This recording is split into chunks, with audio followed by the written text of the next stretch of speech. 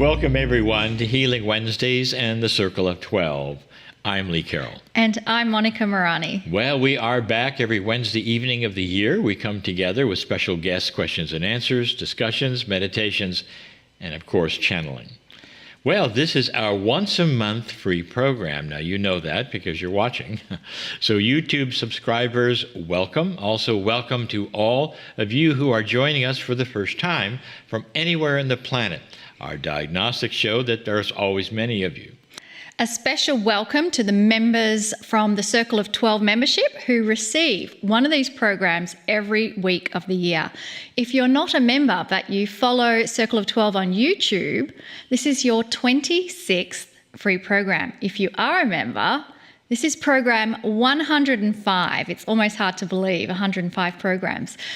You can find all of the programs that you've missed from the beginning of this series with a subscription from KryonMasters.com to the weekly program.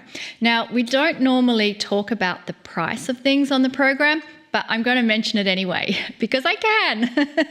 Obviously, the first of the month program, it is free, and we are going to keep delivering that free program. And the reason we can do that is because of the Healing Wednesday members. So right now, I just want to say thank you to all of you who have ever been a member at any time. And it's because of you that you've made this free program possible. And the membership price? Well, actually, it was Kryon that told Lee the paid portion of the program is to be set at $11 a program. I think that's very reasonable.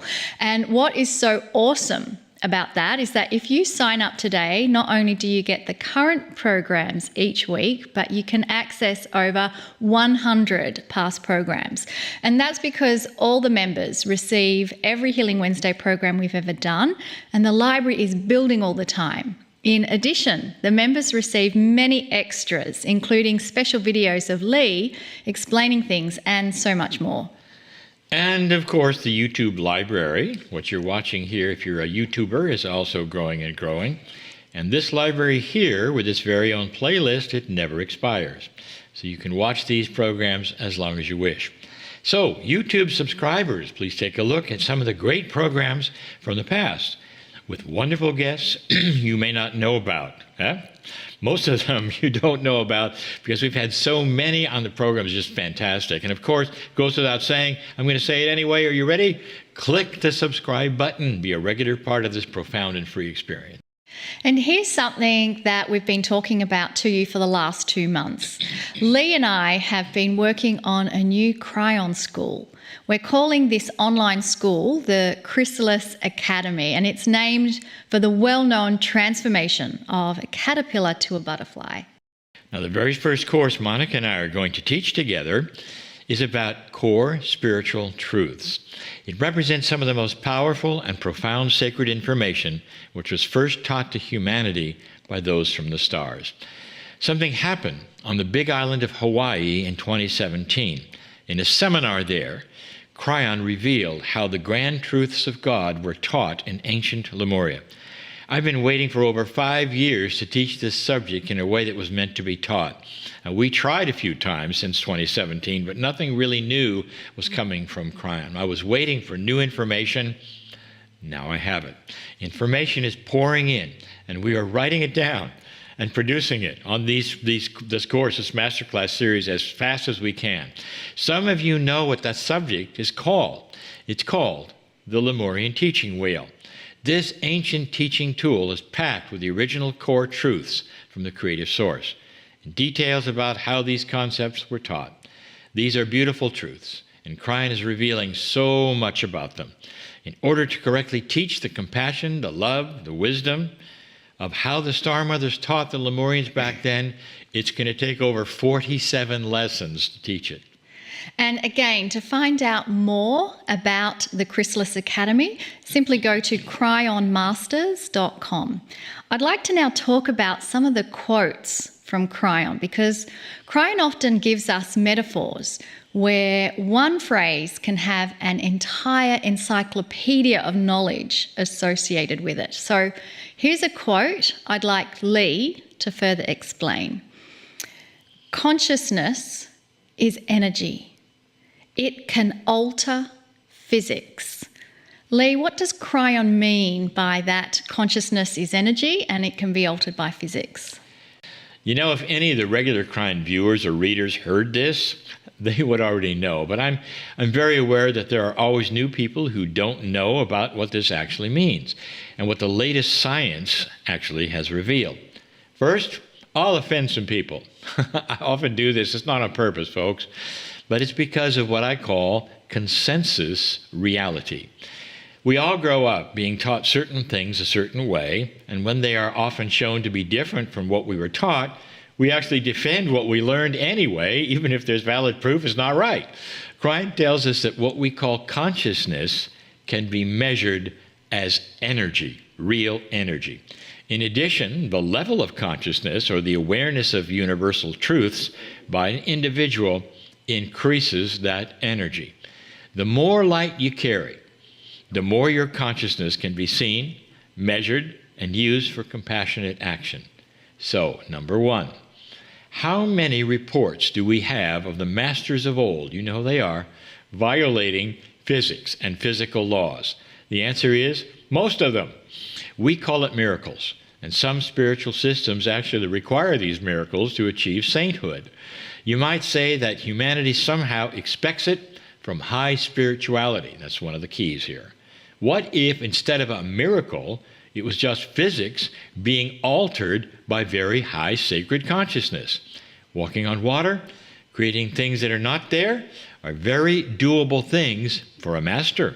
What if the masters who actually did that throughout history were trying to show us what was possible for us someday? And for those who were told that these things are just simply from the past and the present doesn't count, think again. These kinds of things are being done right now in India. Think of that one. It's not easy. It takes very dedicated life and lots of time, but you can see it today being manifested. Two very well-known experiments done well over 20 years ago now have proven that consciousness can change physics. One was done at Princeton University and one by the Heart Math Institute. Now that we know this, the whole idea of the masters of the planet using their very high consciousness to create miracles, it makes far greater sense than ever before. Unless, of course, because of consensus reality, you don't want to believe me. You don't want to believe the science. That's okay.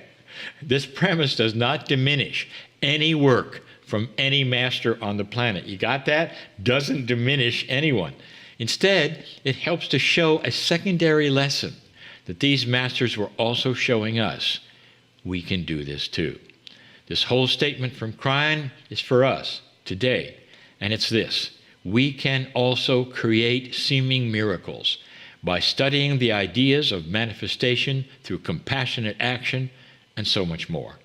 The time is now for us to begin understanding why it is that concentrating on our own cellular structure, for instance, can eliminate a disease, or how expecting good things for our lives each day can actually alter our paths and create good things to help us.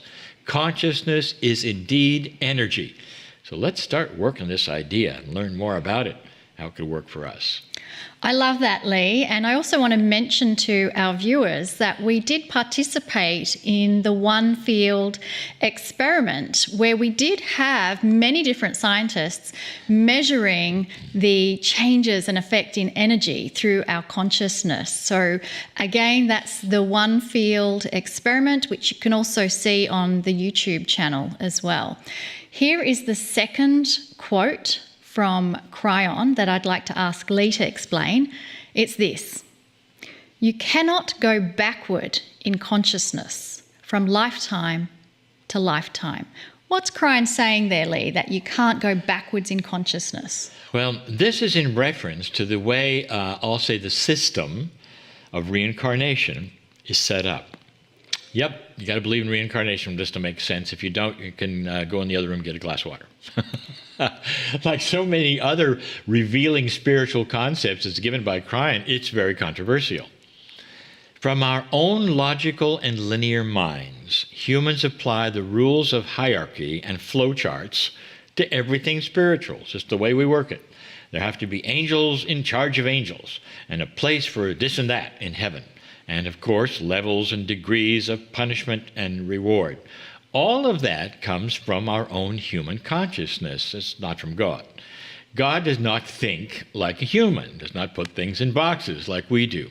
Kryon gives many examples of non-linearity with spirit, and most of them are very confusing to us. We don't know how that works. We have no problem with the idea of God listening to 8 million prayers at the same time. Now, that's non-linear. But when it comes to other kinds of spiritual things, we make up rules that are very linear. Kryon tells us that there is a very loving and beautiful benevolence within the system of reincarnation. And he also says it's not really a system. There are no systems as we see them with spirit. Only love energies. Now that's a tough concept. No systems, no hierarchy, no linear physics, no human ideas of structure. But here is the premise. When you reincarnate back to our planet, you come back with the potential of remembering what you did that didn't work the last time. But here's where it gets good. It's a potential. It's a potential to awaken to your Akash and remember past experience. But since we have free choice, there's no guarantee that we'll awaken to anything. We might just repeat it again. But the promise is this: we'll not move backwards into an old consciousness. Each lifetime stores some Akashic things which will stay with you, so you won't move backwards. That's the promise. So depending on what you might choose, you might have had several lifetimes trying to move to that next level in awareness, that remembrance. But once something is learned, you can't move backwards. You can't unlearn it. The axiom or rule is a very loving part of the idea that humanity always has the opportunity to learn and move on. Comparing it to something very linear, let's do that. When you burn your hand as a child, the experience is not to go near flame, and it's immediately etched into your brain. And that's with you till your last breath. The idea of having a great old souls on this planet then, right now, it's almost like a school, you might say. You can't go backwards, and you can't really fail the course. You can repeat the course, but you can't go backwards. We're starting to see more and more regular folks being attracted to finding a larger truth than they were told. I love this. There's a great deal of evidence that we are in a revelation of consciousness right now, and that our population on Earth in general is starting to object to things that were always part of the past and didn't work. We're starting to see huge numbers who are starting also to object to war, for instance, being an answer to anything, no longer. We're seeing life being seen as far more valuable, honestly, and more sacred than ever before. All lives matter. People are beginning to react to unfairness and secrecy and censorship and lack of integrity. That's new, folks. People are starting to understand that our environment is linked to us. It's about time. Unawareness and ignorance of the things I just mentioned have been the way of it for all of history. Something is changing. It's us. So this is why that statement from Kryon is starting to make sense. Our lifetimes on the planet, back to this, almost like a school of experience that we can learn from, or not. But suddenly, since about 2012 or so, the planet is starting to see things far differently than they did before. What a beautiful answer, Lee, to describing what Kryon meant by that. And I hope you really got something out of that message, how the planet is changing and you are a part of that change. One of the things that I often think about is Kryon telling us the magnificence that we have inside. And it's not something that we grew up with, in having someone constantly remind us that inside you is a piece of the Creator, a divine spark, and you are so magnificent. So I'd like to have us do a brief meditation where we really contemplate that idea that inside of us is this spark of the divine Creator. There is a piece of God living inside every cell of your body. And if that's the case, why don't we see it? Why don't we see it in ourselves in the mirror? Why don't we see it in every single person we come across? So let's use that as our inspiration for a meditation. I invite you to close your eyes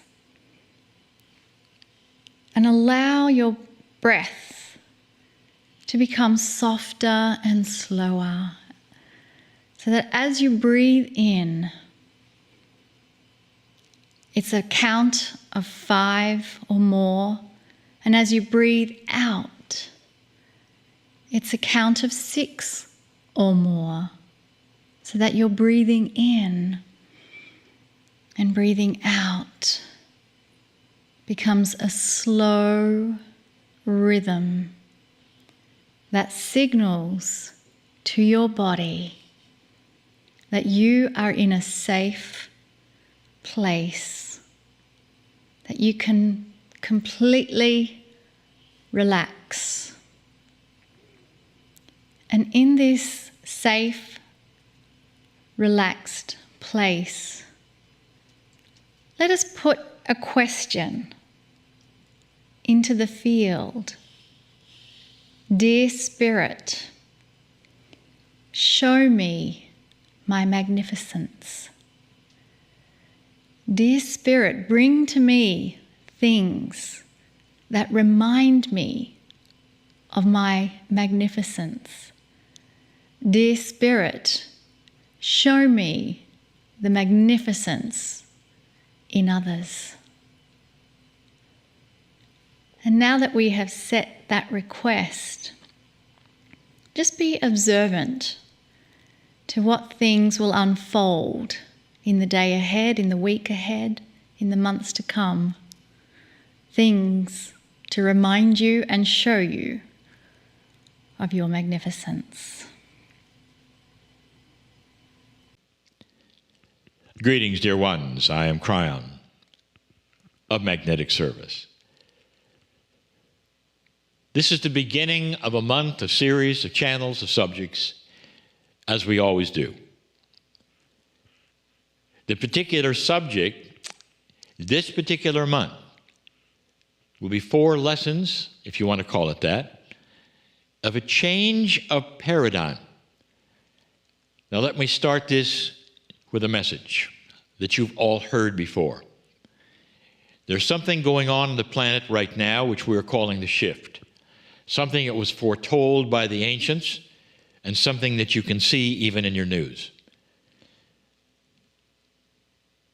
Things are changing in ways you didn't expect.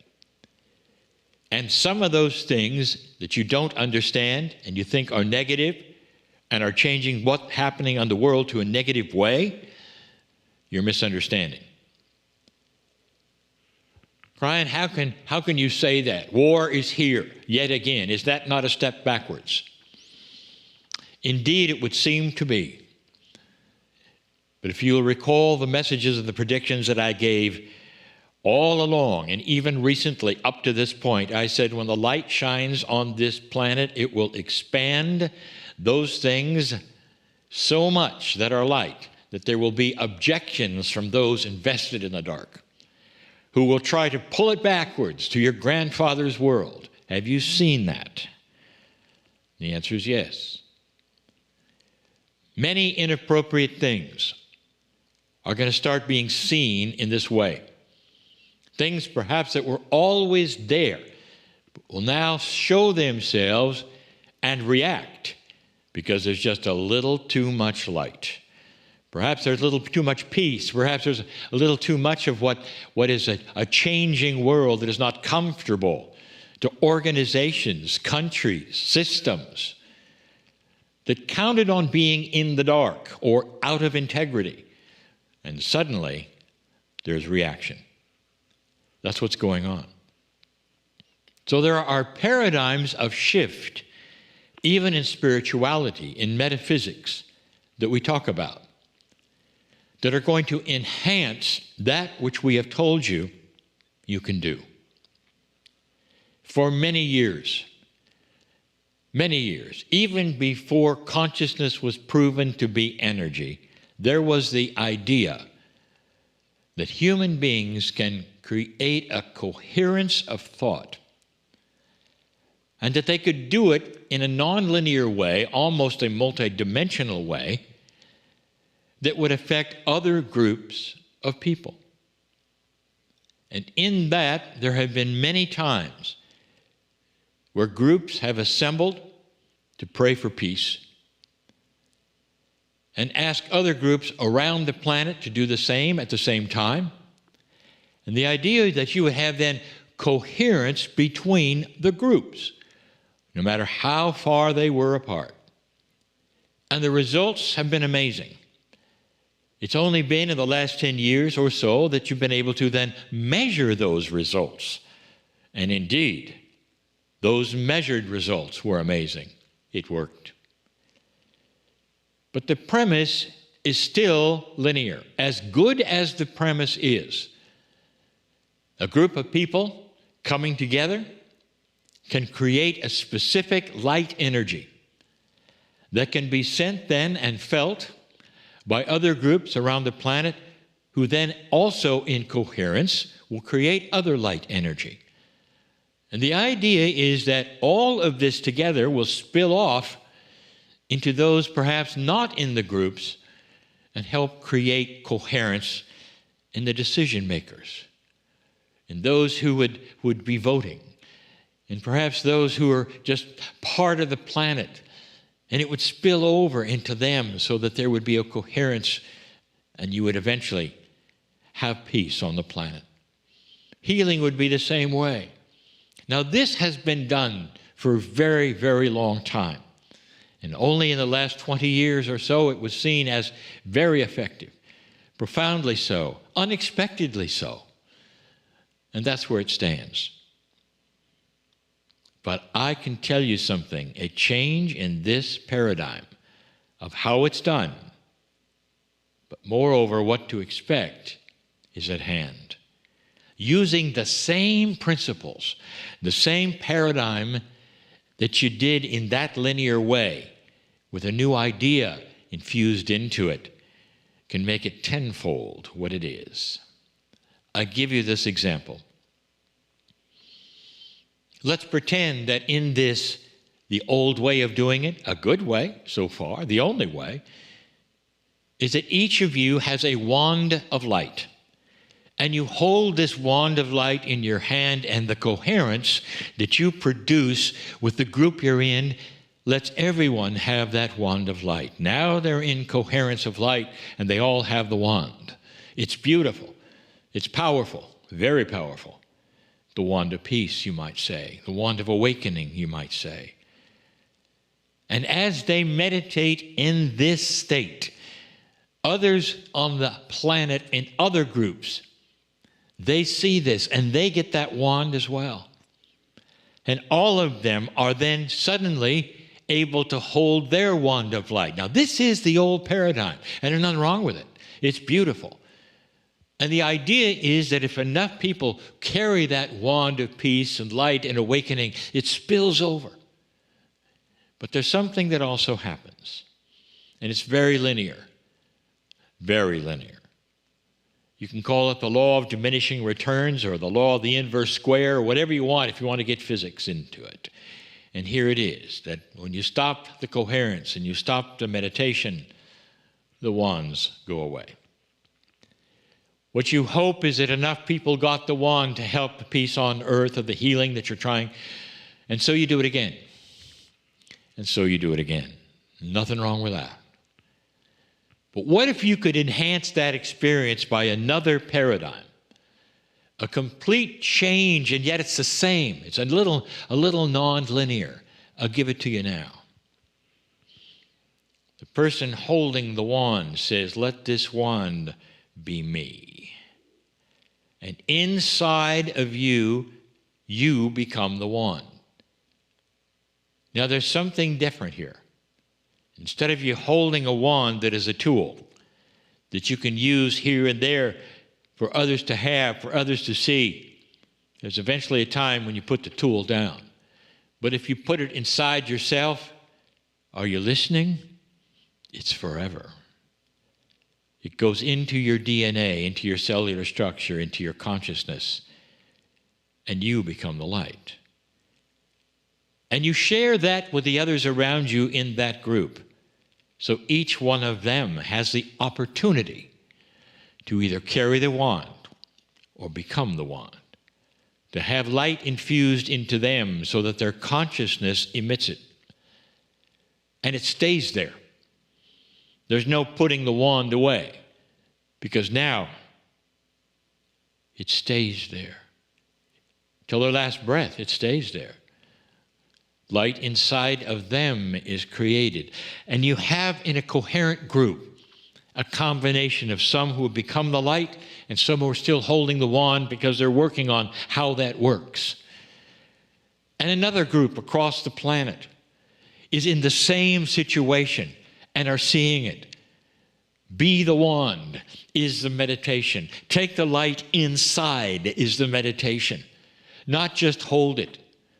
But then when you have the other group from across the planet and they become light themselves, and some of them take it inside and some of them hold the wand.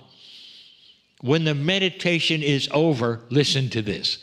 When the meditation is over and the exercise or the experiment is done, what are you left with? You're left with so many people who are now light. The wand is not put away.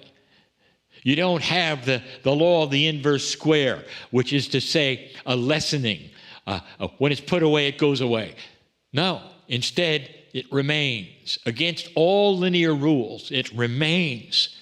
And that then spills into others. And they then see the light, become the light, and it remains.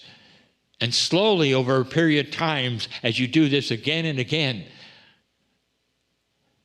it's not a law of diminishing returns anymore. It suddenly starts growing on its own. And people see the light and they want to be that light. They see it in beauty. I want that beauty inside. I want that peace inside of me. Do you see how that might spread across the planet in a way that was non-linear? That would enhance instead of diminish? That's a new paradigm of you creating groups that think about peace or think about healing or try to heal this or that. Suddenly, you have something that says it grows. It doesn't then stop and then you have to do it again and you hope it sticks. It grows by itself. And there are more and more who say, yes, I get it now. My wand that I have, that I got. I'll pass it to other groups, but suddenly it becomes me. And now I am the light walking this planet for the rest of my life. I hope you start to understand these new tools are needed to battle that darkness that wants to come forward right now and beat up anything that's new or any light that's starting to occur, any awakening that says, I want a different earth. I want an earth with compassion and integrity. I want earth to matter. I want nature to matter. I want a different paradigm of life where light makes a difference and I can see it everywhere. That's the message for today. It's doable, dear ones. Give it a try. You'll see. I'm crying in love with humanity. And so it is.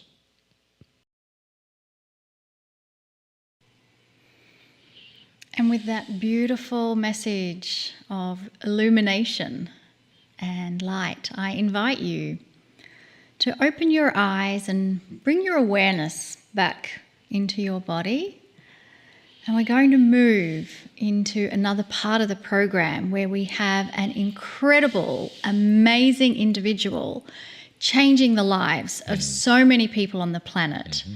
Her name is Dr. Brooke Goldner, and I want to make sure she's on the Zoom feed with us. Brooke, are you there? I am here. How are you guys doing? Wonderful. Well, we are so delighted. We're doing good because she's here. I know.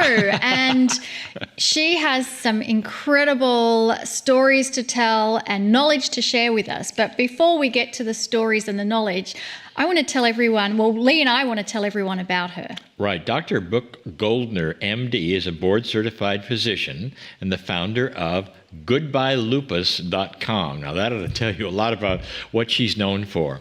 She is the creator of the hyper-nourishing nutrition protocol for lupus reversal and is the author of 3 best-selling books, Goodbye Lupus, Goodbye Autoimmune Disease, and Green Smoothie Recipes to Kickstart Your Health and Healing. She's been featured in multiple documentaries such as Eating You Alive, Whitewashed, and The Conspiracy Against Your Health.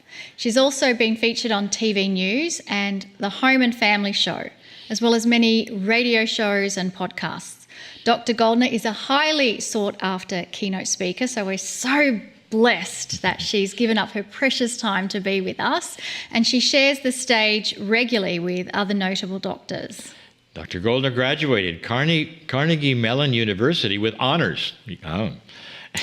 I believe that for what she's accomplished for genetic research and leukemia and neurobiology. She's a graduate of the Temple University School of Medicine, was chief resident at UCLA Harbor Residency.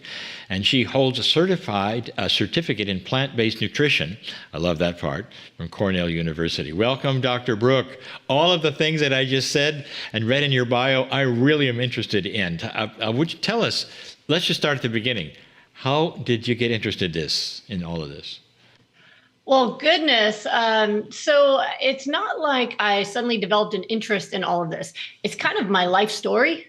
So before I was a best-selling author or on any TV or radio shows or doing anything like this, before I had a white coat, I was a patient. And so my story really starts back when I was a teenager and I got sick. I started developing problems like migraines, which then led to arthritis, which led to rashes. And finally, at 16 years old, I was having a very bad day with just terrible arthritis and feeling awful, migraines, vomiting. And my parents took me to the emergency room, and the doctor finally figured out my diagnosis, and they diagnosed me with a disease called lupus. And lupus is an autoimmune disease where your immune system, which is supposed to hunt down and destroy invaders like COVID, bacteria, viruses, or help you deal with injuries, well, in lupus, your immune system can get confused and instead hunt down and destroy parts of your own body. And so it was causing the arthritis and the rashes. But also when I went in, they found that I was also in stage 4 kidney failure. So I went from thinking I had aches and pains and rashes and headaches to being told that I had 6 months to live if they didn't do some very aggressive and even experimental treatments. So I was given super high doses of steroids. I was given high doses of hormones to prevent puberty from continuing because the medications that they wanted to give me, like chemotherapy, could actually cause ovarian cancer, sterility, all sorts of things. So I was treated very heavily by the medical world to try to save me because they said if they didn't, then within 6 months, my kidneys would fail completely and I wouldn't make it unless hopefully maybe dialysis was my best choice. So as you can tell, I did make it, but it took a lot of doctors and a lot of medicines and a lot of pain to get through those years. So I had 2 years of chemotherapy, and that eventually helped my kidneys get into a remission. But with lupus, remission doesn't mean that you're not sick. It doesn't mean that you're cured. It basically means you're not currently dying from the illness. So that's really where my entry into the health world began. I mean, I was always a nerd. I always loved science. I love biology, but it really kind of put me on my path to what my purpose would end up being. And at the time, I didn't know why I was so sick or why I was going through it all. I just had to find a way to stay focused and stay purposeful and stay happy in spite of all the things that I was going through in my health. But that was really my goal was, I was being told all this information about how sick I was and how poor the future looked. But I come from a very resilient family that doesn't really listen to those negative stories. My family came here as refugees from World War II. They were Holocaust survivors. and they suffered and starved and lost heavily through the war. And when they came here, it was so that their children could have better. And so even though I was sick and had to take a lot of medicines and had to deal with a lot of pain, I still felt very lucky because my life was better than my families that were suffering through prison camps in the Holocaust. And I was surrounded by people who loved me. And so that was really how they kept me focused, is that I'm lucky. I have to stay grateful, and I'm not going to die. I am going to have a purposeful life, and I have to pursue my joy and my passion and keep working towards my goals, and not embrace this idea that it was over or that I wouldn't. And that's what I did. And so I just worked harder, studied harder. I might not be able to go in the sun, or I might not be able to go out and do the things other people could do because of my pain or my side effects or my medicines. But one thing I could do was read and study. And that's what I did. And so I still graduated in the top 10 of my class in high school. I got a scholarship to Carnegie Mellon, which is a very prestigious science school.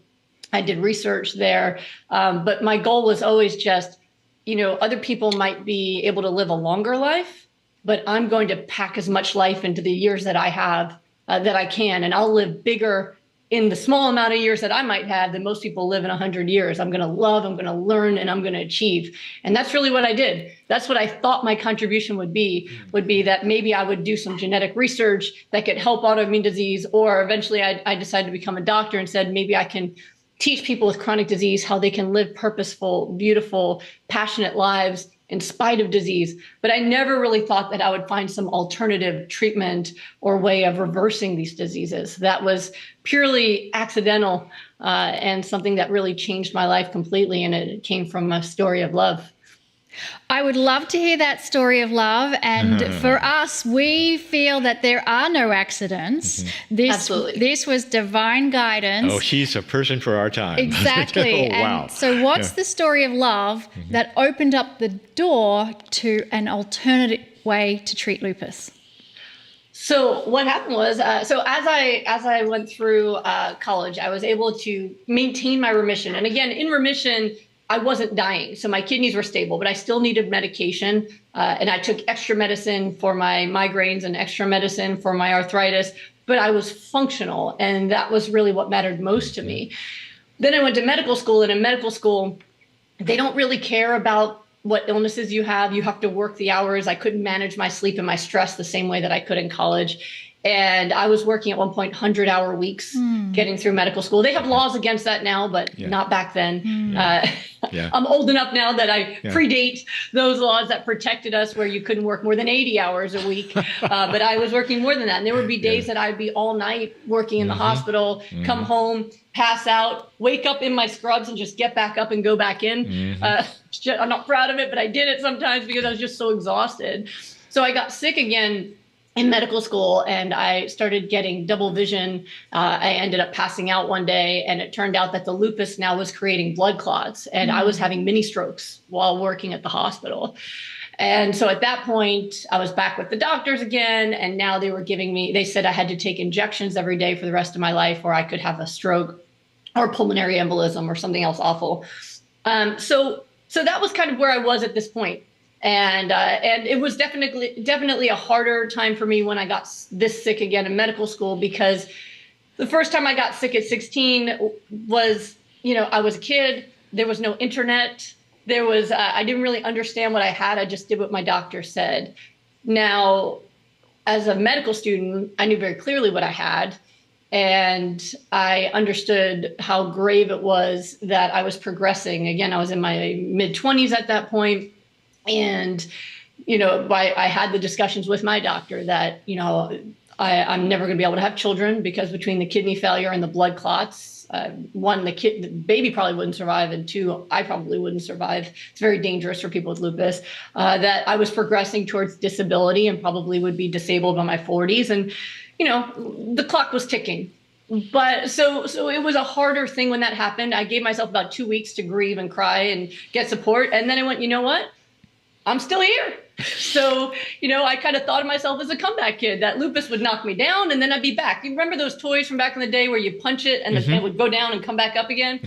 So that was me. I was just like, boom, and I hit the ground, and then I come back. I'm like, you know what? I'm still here. I'm still alive. I had just gotten accepted to my first choice of residency at UCLA in California. I wanted to work with the homeless.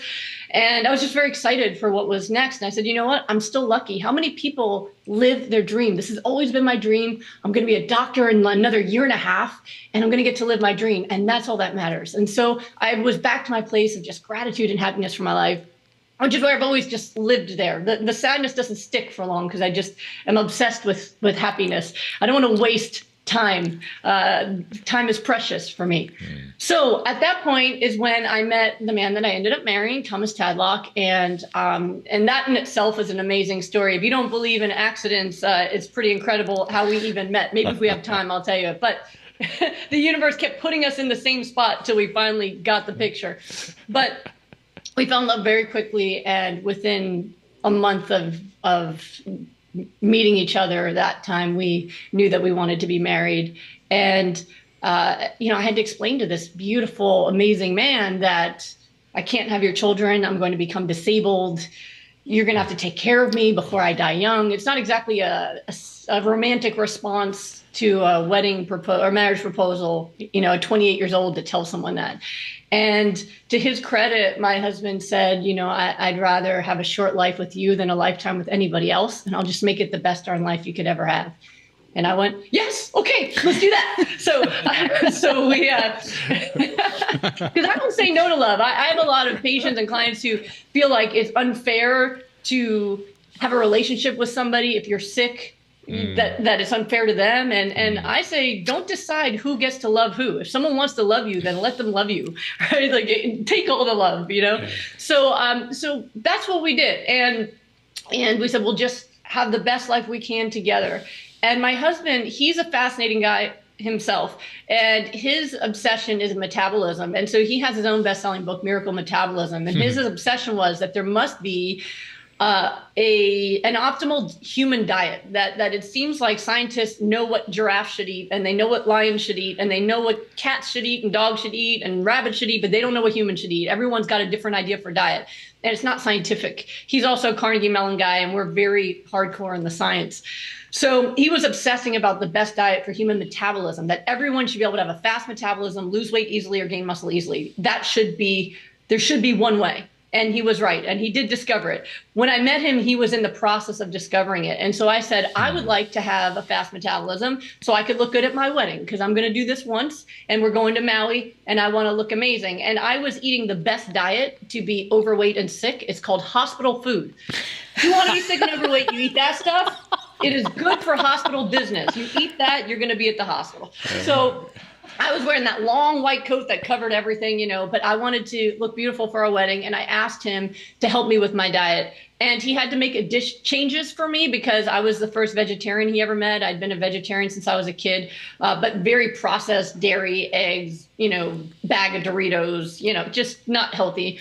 So he combined what his work had been up until that point with my personal convictions and limitations about diet. And I did that diet, and it worked. Within 3 months, I went from a size 11 to a size 3. I was totally ripped, abs, looked amazing. But for the first time since I'd been diagnosed with lupus, I'd been sick for 12 years at this point with kidney failure, blood clots, arthritis, all of those things for 12 years. For the first time, I had no headaches, no aches and pains, tons of energy. I felt amazing. I was working 30-hour shifts overnight as an intern in the hospital, and I'd have so much energy I could go to the gym after the hospital. That's not normal if you don't have lupus. Definitely not normal if you do. And then right before our wedding, I went to get my blood tests drawn, and they were negative for lupus. So that first test, this month, I'm actually celebrating 17 years since that test, and I've never had a relapse of lupus. I've had 2 beautiful, healthy children. I have never had a relapse in my labs. My kidneys went back to normal after 12 years. I have normal, perfect kidneys. My blood tests are normal for my kidneys. My urine tests are normal. It's like it never happened. And it was going on for 12 years of my life. So after we had my first son, we realized when the lupus didn't come back, and after giving birth, I was back in my pre-pregnancy genes within 9 days. We proved his metabolism theory. And we also proved that metabolism must mean something more than just whether you can lose fat or gain muscle, but perhaps it has to do with your cell's abilities to respond to what it needs to do, repair damage, immune function. So we spent years examining what happened to me, what I did, what I ate, to see if we could discover what it was that caused it, because we don't really believe it's ethical to just tell people, do what I did, I got better, which is what you find all over the internet. You don't know if you got better because of what you did, in spite of what you did. Was it love? Right? Like, does my husband need to meet each person and anoint them? Like, what was it? Right? And so we wanted to figure out scientifically, what is the impact of nutrition on cellular function, cellular repair, and the immune system? And what we found was that we had accidentally, between the two of us, put me on the most anti-inflammatory, nutritionally healing protocol possible. And then we tested it, and we could get the same results. Only when we proved we could get that same result with everybody else did we decide to share it. And we decided to release it to the public for free, because we believed it should be a human right to have access to that information. So since we've done that, thousands of people all over the world have reversed diseases like lupus and rheumatoid arthritis and multiple sclerosis. And, I actually just posted yesterday a video of someone who I found on YouTube. YouTube recommended a video, and it's somebody who read my books, and she reversed her MS, and she got her vision back after 10 years without her vision. And it came back from drinking my smoothies, right? And so it's just been a beautiful gift that everything I've ever been through, I'm able to help people save their life. And my husband always says he gets to save their wife. But I love it's become that. our purpose together to, one, live all out and enjoy the gifts we have, but two, to make sure we give them to as many people as we can as well. I want to just stop the clock and say how amazing. You said yes to love, yes to happiness in this moment, and your life could have been so different. And there are so many right now who are in that same revolving door of having to make a decision where they're on that treadmill that keeps them on the treadmill, or they can do a whole different pathway that brings them these incredible gifts that you've just shared with us, having children, having And I want to talk about that before we get too far into it, because we want to talk about the smoothie. I want to talk about now what's the next step? What is the recommendation, and what did you discover? Yeah, absolutely. And what I will say, just to comment on what you brought out, what I teach my patients and my wellness clients is I believe that your heart is your GPS to your purpose. So when things make you feel happy, joyful, fascinated, excited, that's your heart saying, continue straight. Like, you're going to, right? When you come up with resistance where things feel painful or unhealthy or wrong, take next left, make a U-turn, right? So I really believe our heart is connected to our purpose and our passion. And I've always said yes to that. And I was raised that way. My parents even said, find the job that makes you happy that you would do for free. You will always find your way. So I was also very blessed to be raised that way, that's really our connection to that joy matters. And I found it's always been connected to purpose. And I'll say, just like, because I teased it before, even meeting my husband, I met him when I was on a date with somebody else. It was a first date, and the man was rude. And I don't waste time being unhappy. A lot of people would go on a bad date, wait till it's over, and then complain. I just said, you know what, you're being very rude and condescending. So the date's over, and thank you. I will find my way back to my own car. But the music was wonderful. So I said, I'm going to stay and enjoy the music and dance, but this part's over. So I did. I left the date and I danced all night, and I had a wonderful time. And when I went to get a glass of water, my husband was sitting there. He normally wouldn't have been out that night, but he went out because a friend begged him to, because he was having a breakup. And because he was there and I was there, I sat down and talked to him, and our hearts connected. So because I wasn't willing to be miserable even for a moment, and I wasn't going to let myself suffer from somebody else's negativity, it gave me that opportunity I might have missed to then connect with my true purpose for being at that place on that day, which was to meet my soulmate. So yeah, I'm very much connected to my heart. And folks, I'll just say it right now. If you're listening here, this is the message we've been giving for years and years. You have a choice of what to do. You have a choice to choose these kinds of things. And you just heard it from her. Yeah. Yep, absolutely. But I can tell you about the smoothies. So science is all connected through all of this. When it comes to cellular function, right? There's certain things that you are a bag of cells all working together, right? And you have about 100 trillion of them. And it takes a lot of damage for you to even feel sick, right? You can carry thousands, millions, maybe even trillions of cells that are damaged and sick.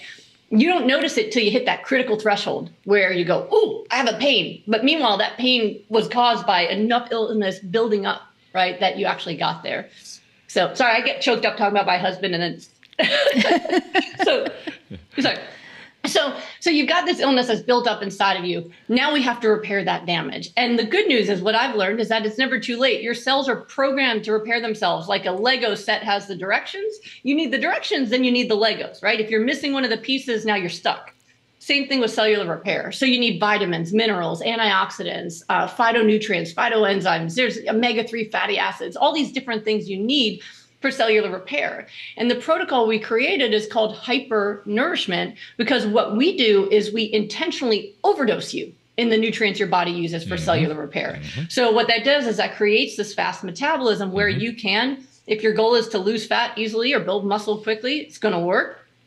Or if you need to repair damage, it's going to work for that. And when the damage gets repaired, it just gets better at dealing with threats as they come in. Like if you get a cold or a flu, right, that you should be able to quickly handle it and be better.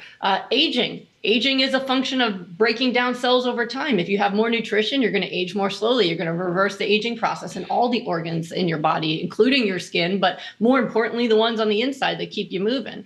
So the way we overdose people, a simple way to do it is with green smoothies. And you see, I always have one, and this is not a prop. I was just drinking this. This is my smoothie. But the easiest way to hypernourish is through a straw, because a lot of people aren't used to eating the foods that give them the density of nutrition you need to stimulate this repair process. The highest dose of vitamins, minerals, antioxidants, all that stuff that I want you to have comes from cruciferous vegetables and dark leafy greens. So like spinach, kale, chard, broccoli, all these things that people don't tend to eat very much of, I want them to eat a lot of. So what we found is if we can stuff the greens into a blender and you fill it up like 75%, you just shove them in there, you use your elbow, use your foot, whatever you can, and just shove those greens in like 75% full. Omega-3s, you grab a handful of flax or chia seeds, put that in there. Add some water. Water is a key ingredient for cellular repair. People who are dehydrated don't heal quickly. They need that ingredient. You don't need more coffee, you need more water, right? Put the water in there. Then with the remaining space, you add your favorite fruits: banana, frozen mango, pineapple, cherries, grapes, apples. Make it taste lovely. So you blend that up, put a straw in it, and you just drink that throughout the day. So that even if you add it to a diet that's not optimal, you're now adding the nourishment your body needs to actually be able to repair the damage. And it's incredible how decades of damage can be repaired rather quickly and people can go back to normal health. It's an incredible thing that I see over and over again. But it can be that simple. Now, if you don't like smoothies, you can eat it. Back when I did it, I didn't know about smoothies, and I ate like 2 pounds of broccoli and cauliflower a day, just dipping it in guacamole, which if you give me guacamole, I can eat anything. So just dip it in and I ate it and it worked. But most people, they prefer this. You can make it taste like mango, pineapple, banana. You can drink it down and you can go about your business without having to put a lot of mental energy into how am I going to get all this food in. I love what you said about our body has the ability to repair no matter what condition you are starting from. And I can see how this is just like an Energizer Bunny drink.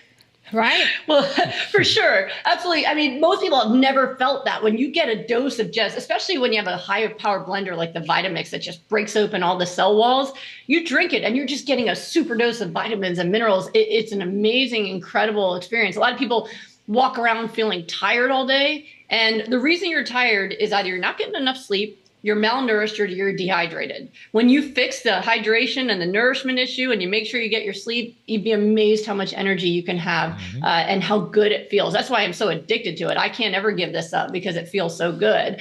But, damage can be caused by a lot of things. We have stress, emotional stress, very damaging. Majority of people I work with have had significant emotional trauma in their life. I'm a trauma specialist.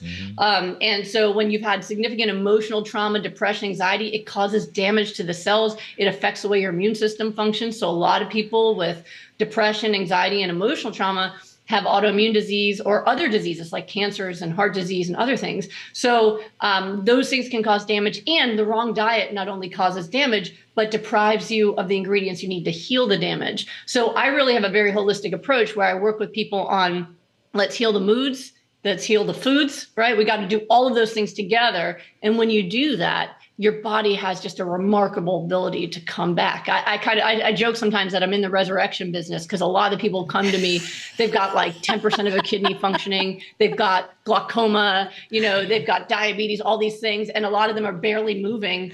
And then after just a matter of weeks, they are back. I mean, I had a guy in his 70s recently who had glaucoma. 5 weeks in, normal vision. Just saw a post today of someone who did, I have something called rapid recovery, where people work with me every day for 4 to 6 weeks.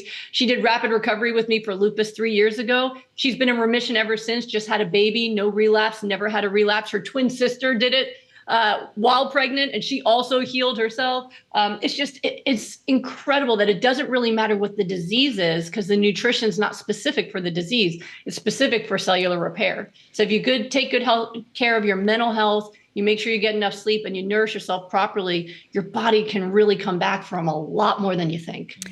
I want to let people know that the website goodbyelupus.com, if you go to that website, that's where you're going to find a lot of more information.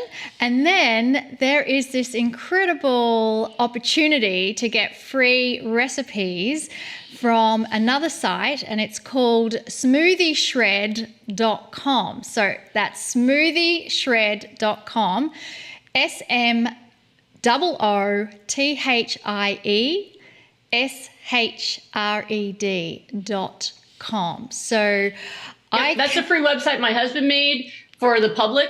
It has free recipes, instructional videos, and all of it. Like, you don't have to log in. You don't have to put your email address in. It's completely a public service. So there's a lot of great information there for people. So this is so incredible. It really that is. It's wonderful. We have access now to not just nurture our soul and our emotions, but our bodies, because we're here, and Kryon has said we're meant to be on the planet for a very, very long time. That's right.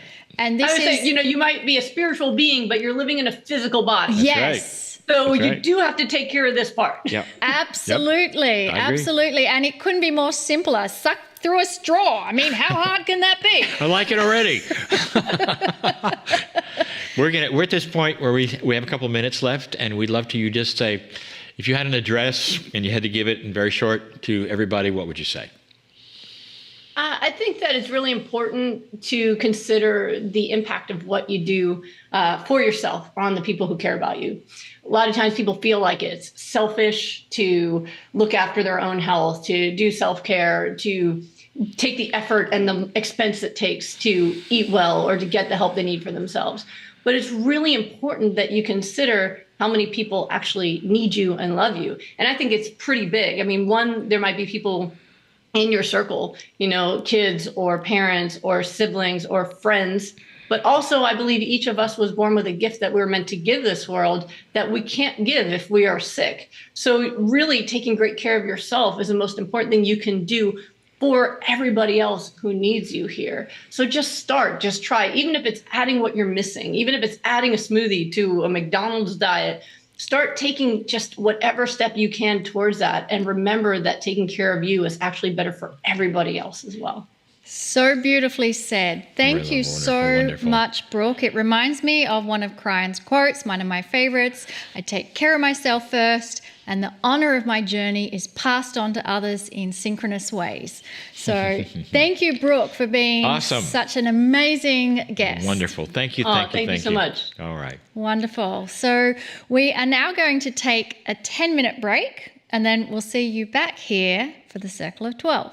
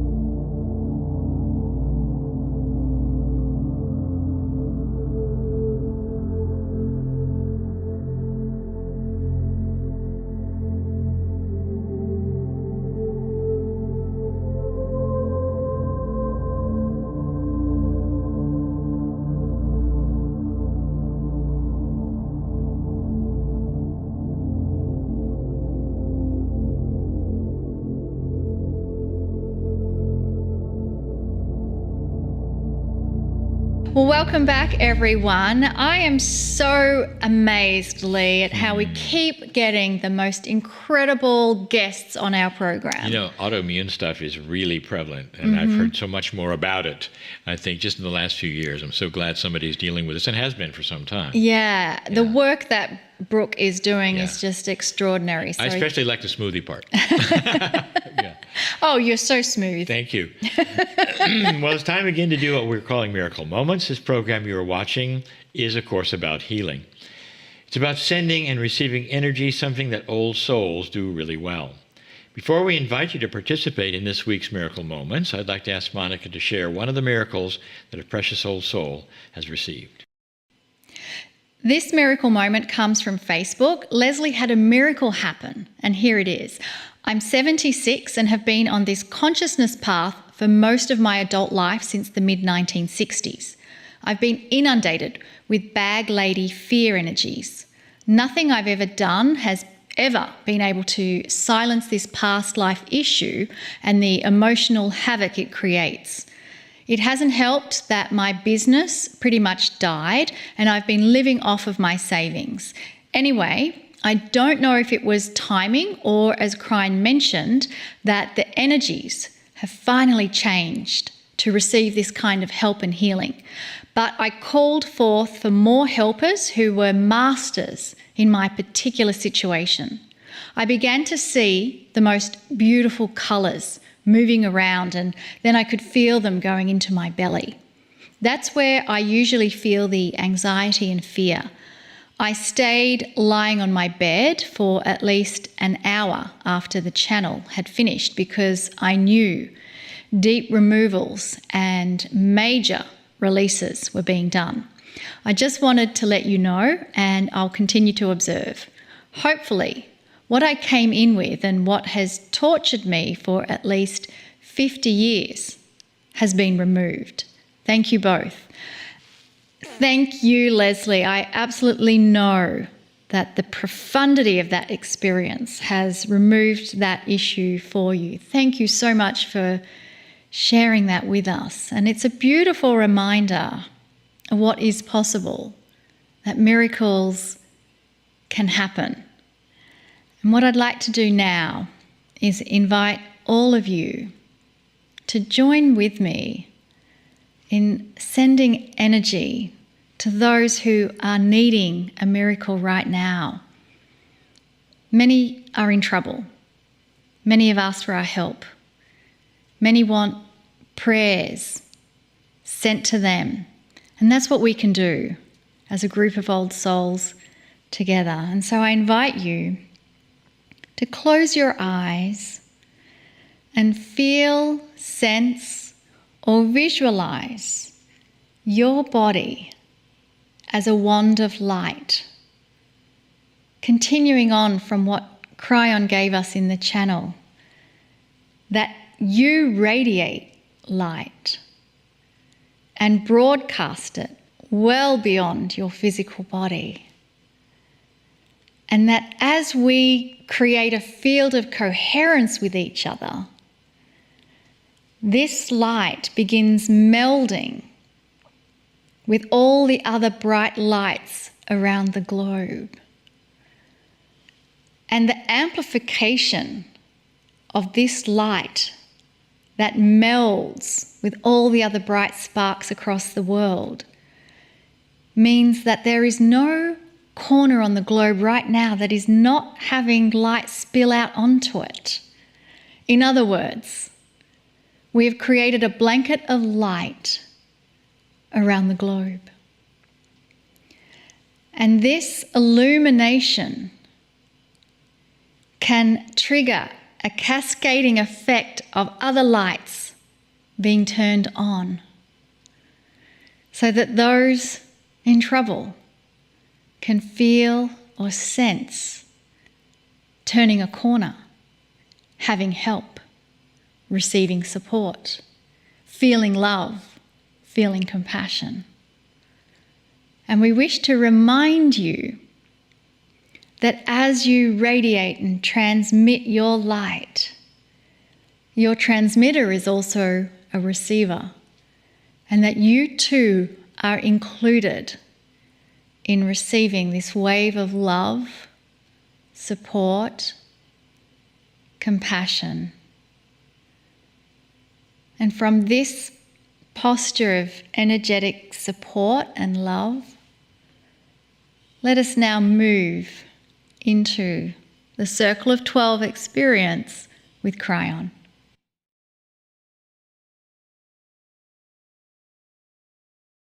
Greetings, dear ones. I am Kryon. Come a little closer. This particular meditation is the first one of the month. And the mold has already been set for what we wish to do.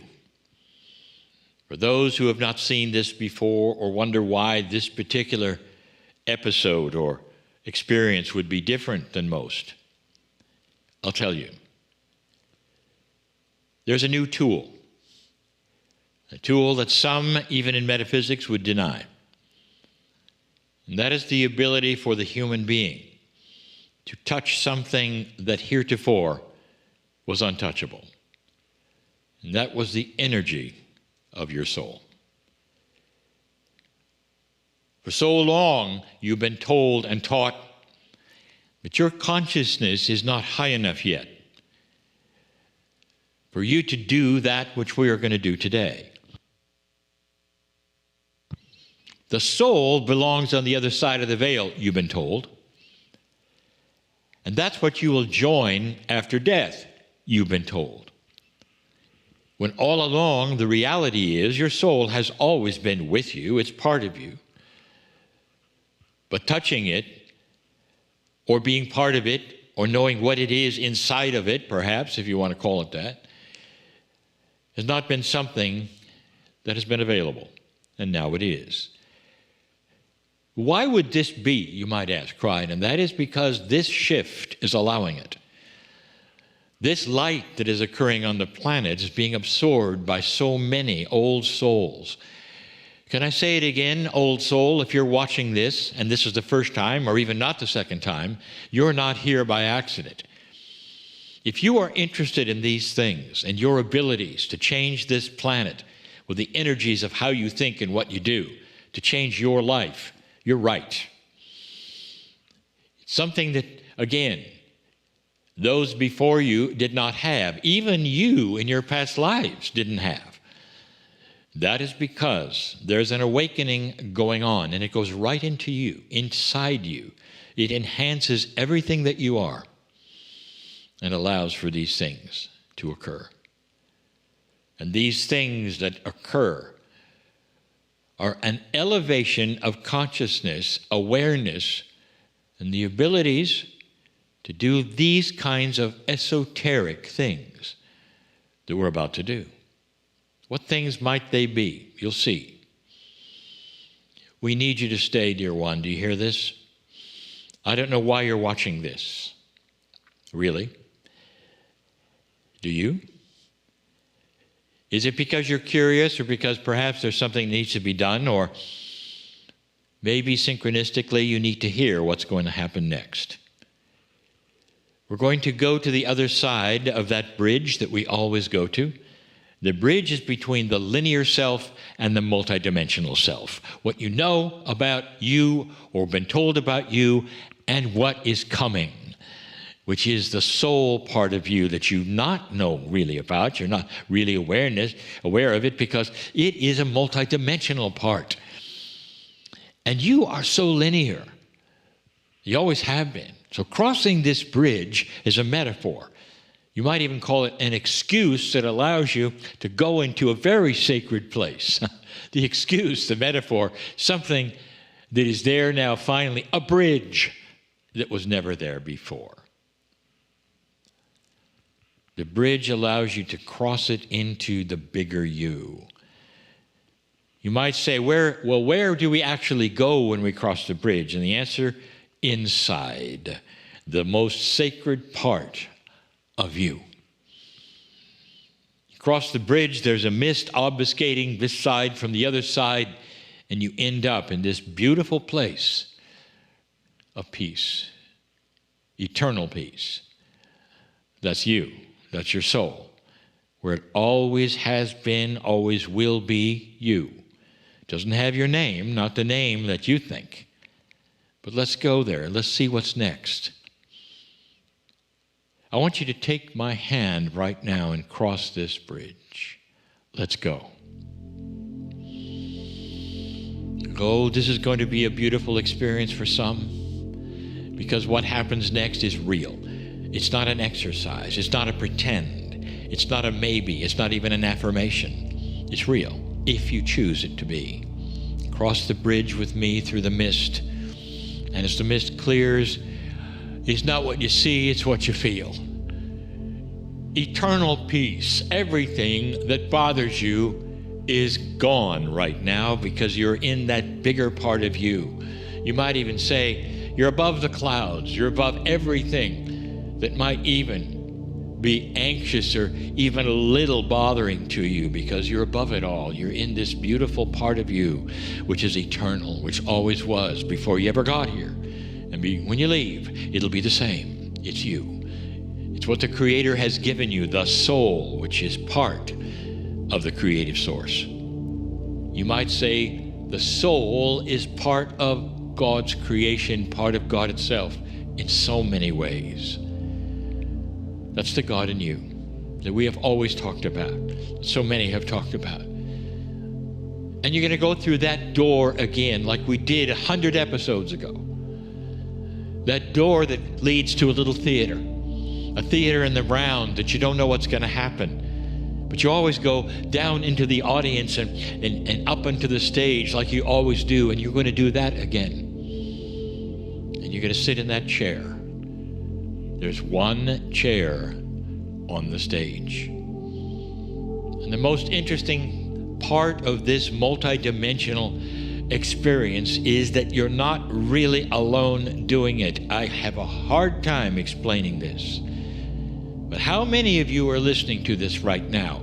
All of you separately are in the chair when you sit in it. And yet all of you collectively are in the chair as you sit in it. Do you understand this?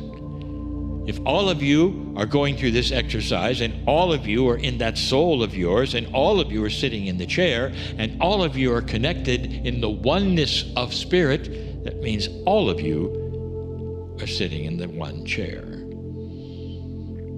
If this episode does not apply to you, and you'll know it in a moment, you're there to help the others who need it. Therefore, you become the healer. But this is going to be for so many of you watching this right now. We've done this before a little differently, but in the room starts to file a group of very special masters, people who've lived before, some who have not, some who have lived before in other places, we'll leave it at that, filing in and taking their seats before you, around you, and back of you, filling the theater. And I'll tell you who these are, because they're going to be here next week and the week after and the week after. And that is the highest healing masters that have ever existed in the universe. Did you hear that? And they're here because of you. And the first thing you're going to say is, wait a minute, I don't deserve that, because that's your programming. Yes, you do. Your soul is as important as any soul anywhere. Any soul that's ever even been alive on any planet anywhere. Your soul is part of theirs, and they're part of you. And this new tool you have, dear ones, of being able to walk into this place and visit your own soul opens the door to what's going to happen next. That's beautiful. That's you. That's you believing that this is real and understanding. It is. There are so many testimonies of what has happened in the chair. So why don't you be one of them with what's coming next? And those healers, they sit down. And each of them together, all of them as one, speaks your name. The name you have right now on earth. Oh, that's powerful. They know your name, not the soul name. The soul the name you have right now right now being spoken. And they stretch out their hands. And you begin to feel what's happening. Let me tell you what this is about. This is pure, absolute pure healing for your body, for your cells, where disease can be sucked out of you and go to where it belongs in a dark place and stays there for the rest of your days and never revisits you. This is the energy that's here. For anomalies, for conditions. Now, we're going to deal with other things later. Anxiety and fear and worry, that's later. This is for biology. These are the things that you're having trouble with, dear ones, and you're here in the chair. Do you realize why you're here now? If this doesn't apply to you, then you're one of the healers. That's why you're here. The rest of you, listen, you're in the chair so that you can then be in the chair and heal the one who needs it, as well as those healers in the room, because you're powerful too. Let this be a moment where absolute healing, biological healing happens. Aches, pains, anomalies, things that are not quite right, diseases, start to then be taken away and removed. You know, the masters of old did this to others in their time. And some of those masters are in the audience. Did you know that? And they can do it now as well. That's why they're here. That's why you're here. And what this does is to keep you here longer on this planet, because you are needed. Do you understand this? This is for you. And it's not just so you'll feel better or live longer because you want to. This is so that you can show your light to others. You can tell them about this. What happened to you? Didn't you have this disease? And you can say, I found something you should know about. We're more powerful than we think.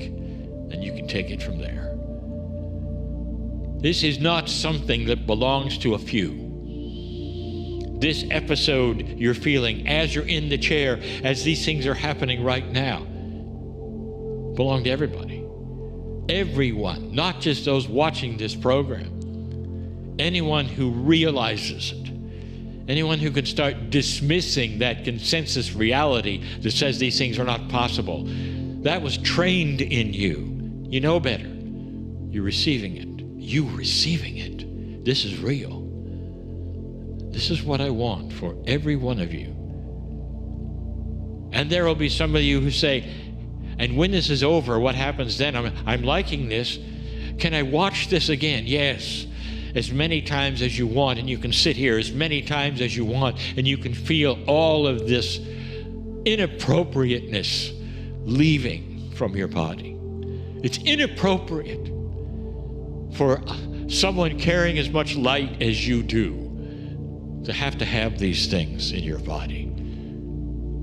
I want you to feel it starting to move away from you. Dear disease, dear inappropriateness in my body, this is your last day. You may have served me in some way formerly, but not anymore, because this energy is different. I am different. It is time for you to leave. And the healers in this theater are doing that which they came for, with arms outstretched, continuing. Oh, now they're singing your name. Oh my. Can you feel this? You're going to leave this chair differently than you came. But it's going to require something else. Complete and total surrender and belief that you deserve this. Stay and deserve this. Stay and feel this. Stay and be healed. I'm crying in love with all of you as you stay and stay and stay. Beautiful it is. Wow. And so it is.